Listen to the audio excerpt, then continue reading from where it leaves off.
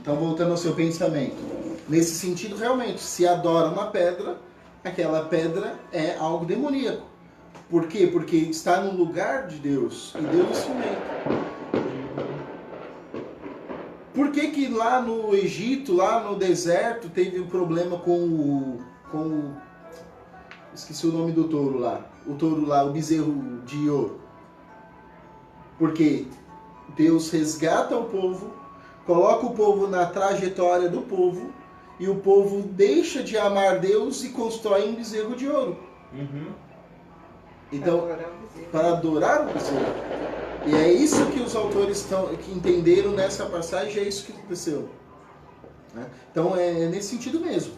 A expressão entrar e sair, que a gente leu, ela sem indicação de lugar, entrar e sair da onde? No texto não está falando. Só fala que aqueles que entram por mim, eu tiro eles para fora, não fala para onde que vai, nem para onde vem, né?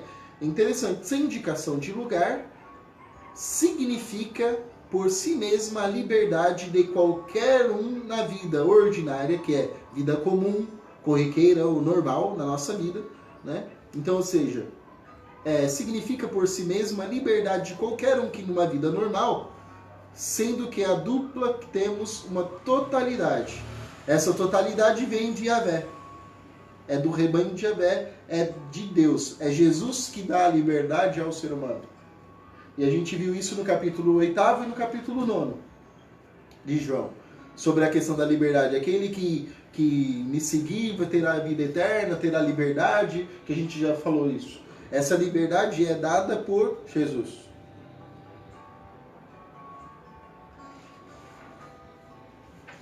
Eu vou ler para vocês agora, daqui a pouquinho, a interpretação que tem com o livro de Ezequiel, né? Só para vocês verem da onde começou a surgir essa ideia do ladrão e tudo mais, né? Mas antes, olha só. Esses versículos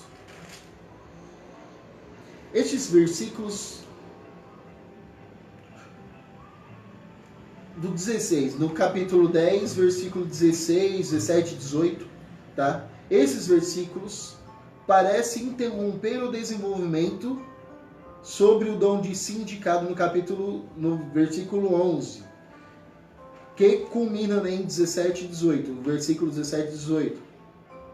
Entretanto, ele assenta perfeitamente.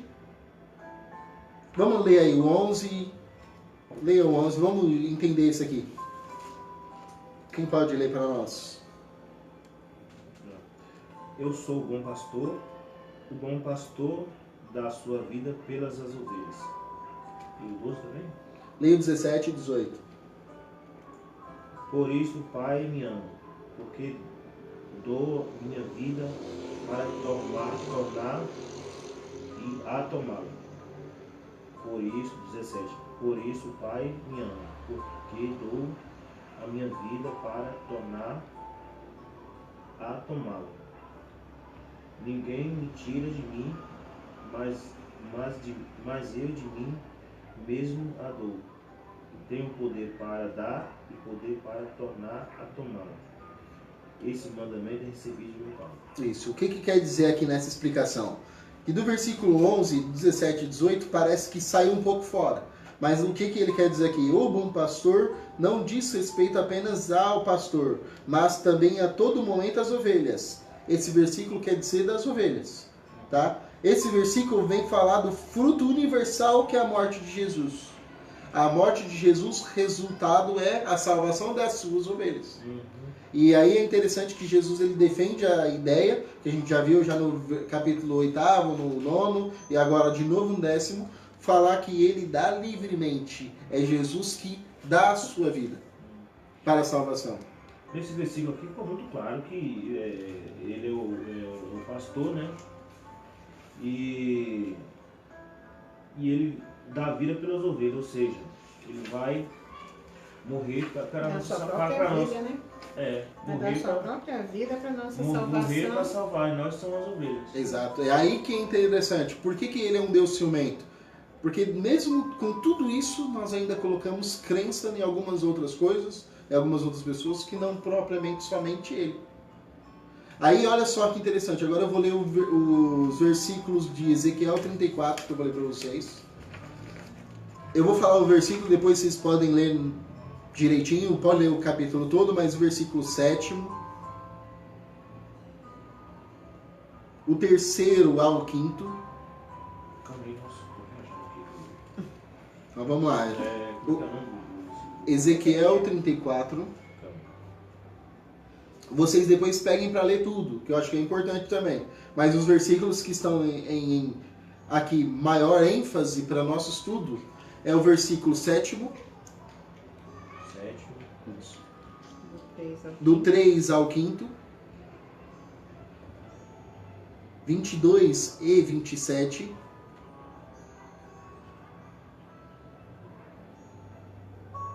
11.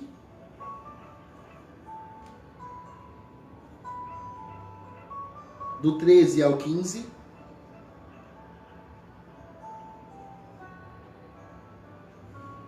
17.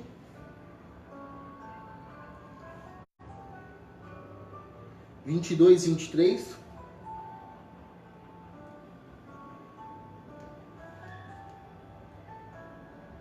27, 28 e 31.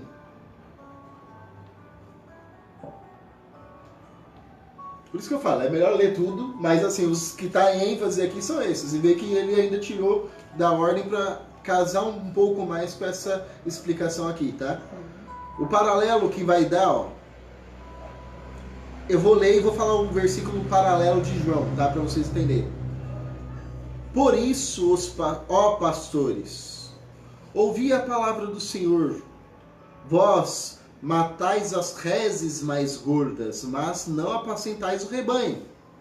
Tá ligado com o versículo 10 do capítulo 10 de João. O ladrão vem só para roubar e vitimar. Ó o 4, que eu falei para você ler de Ezequiel aí.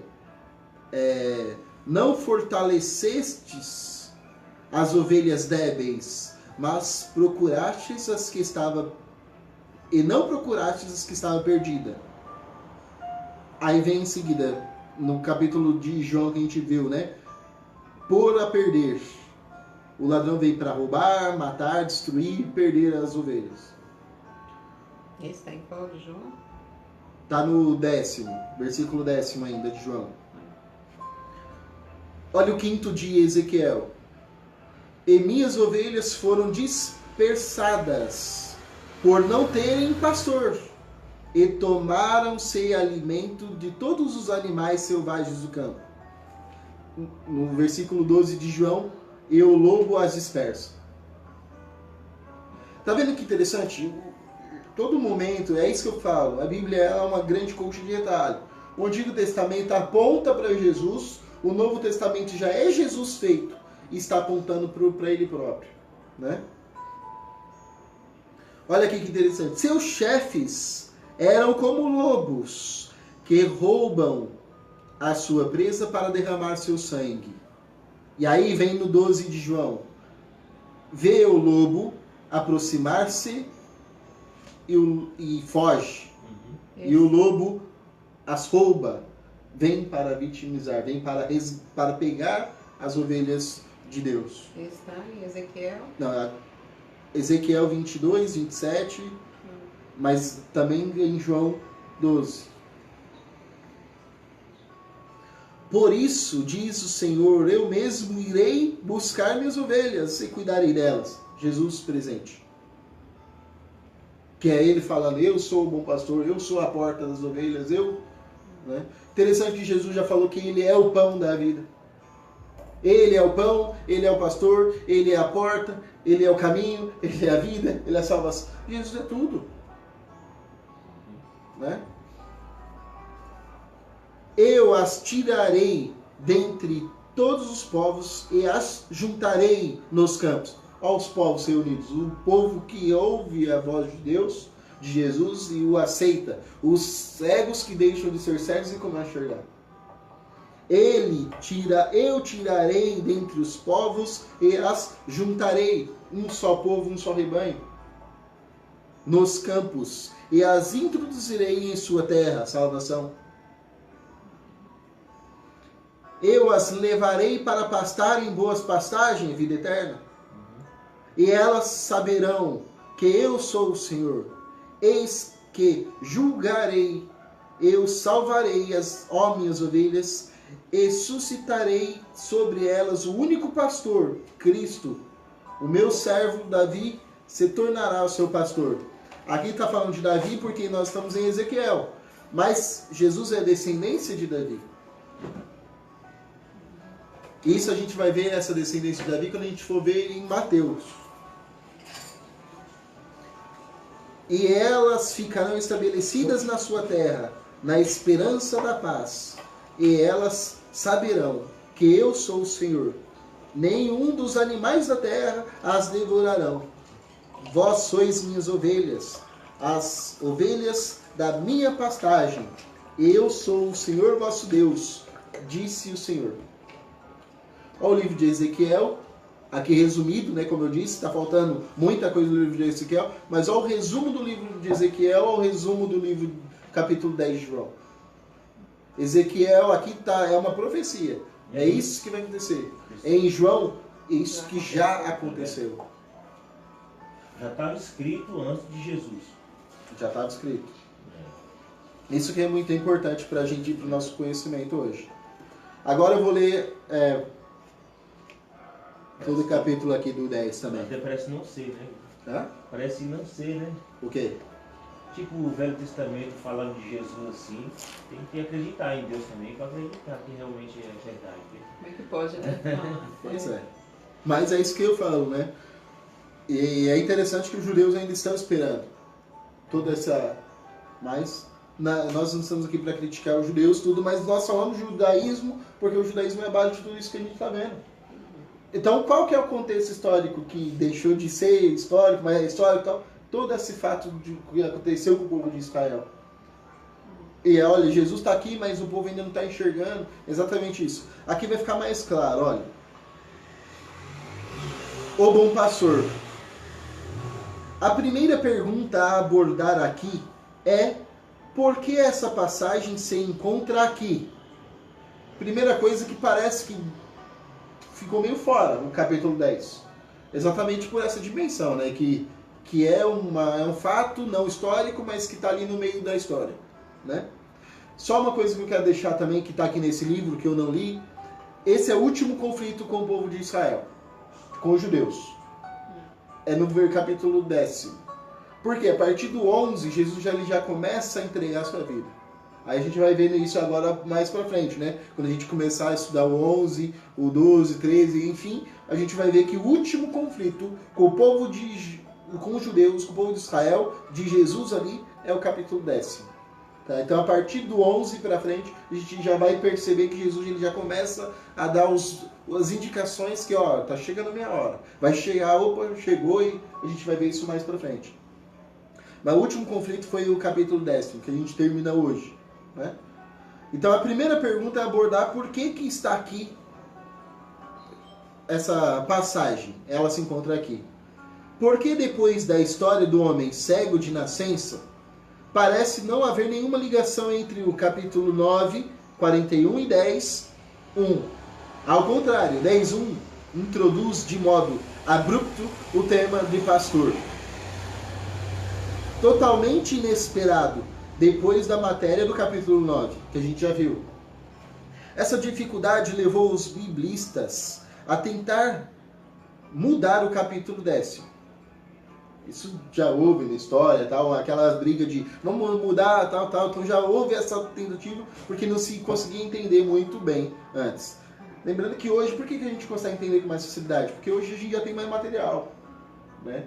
Então as coisas estão evoluindo, os séculos evoluem, as tecnologias surgem, o homem é capaz de estudar mais, de ir mais lá para Israel, de entender mais aquele povo, de entender mais, nossa, até onde Jesus foi colocado, né, que existe a igreja lá, tá, onde Jesus foi colocado, o corpo dele, que depois desapareceu. Então tudo isso leva o homem hoje a ter maior consciência de tudo. né, do que daquela época. Então, houve até a tentativa de mudar o capítulo 10 para outro lugar no Evangelho. Estaria deslocado?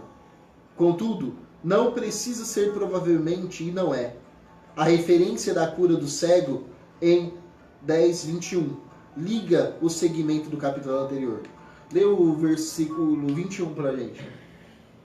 Diziam outros, essas palavras não são de endemoniados. Pode, porventura, um demônio abrir os olhos aos cegos? Ou seja, está falando do cego lá do capítulo 9 que a gente viu. Uhum. Mas, precisamente, é provável que a discussão sobre as ovelhas e o pastor esteja sendo usada como um relatório sobre o pastoreio miserável realizado por algumas autoridades, como as que aparecem no caso do cego de nascença. Então, quem que são os ladrões? Olha aqui, já começando a apontar. Olha, eu vou ler de novo isso aqui, ó.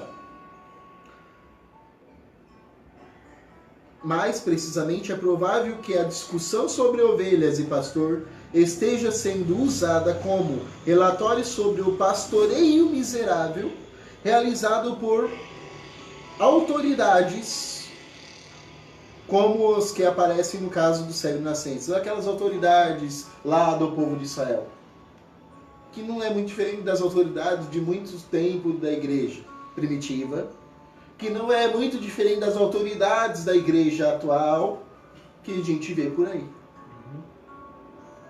Eles mesmos, guias cegos, não reconduzem luz, guia de Jesus, e ainda expulsam da sinagoga aquele cego que entendeu Jesus Cristo.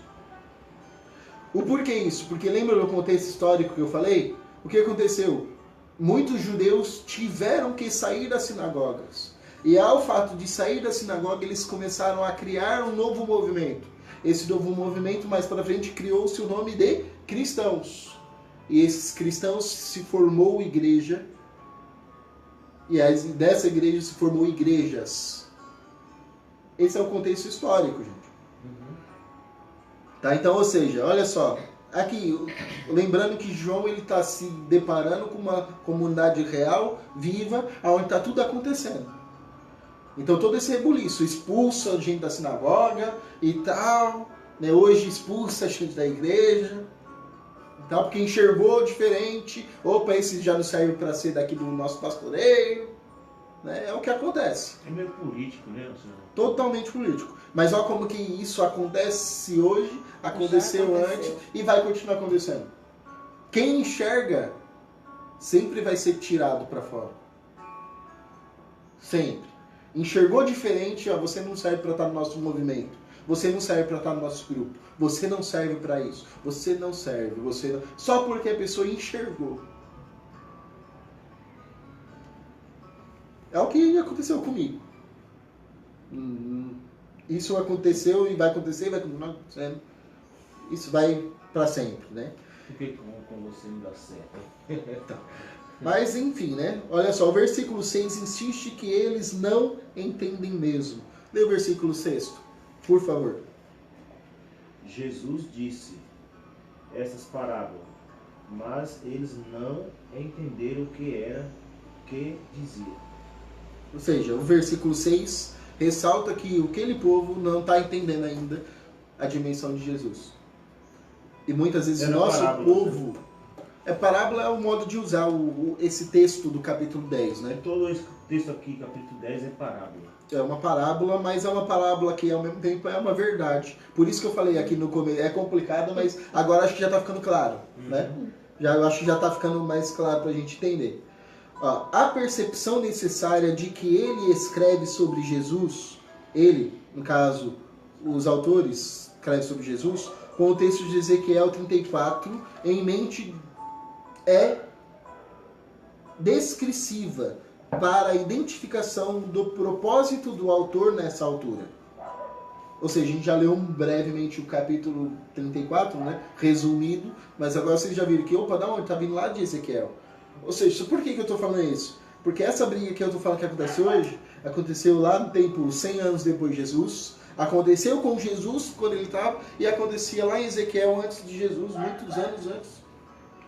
É a história se renovando e sendo a mesma coisa, né? Por mais que ela se renova, ela não muda, né?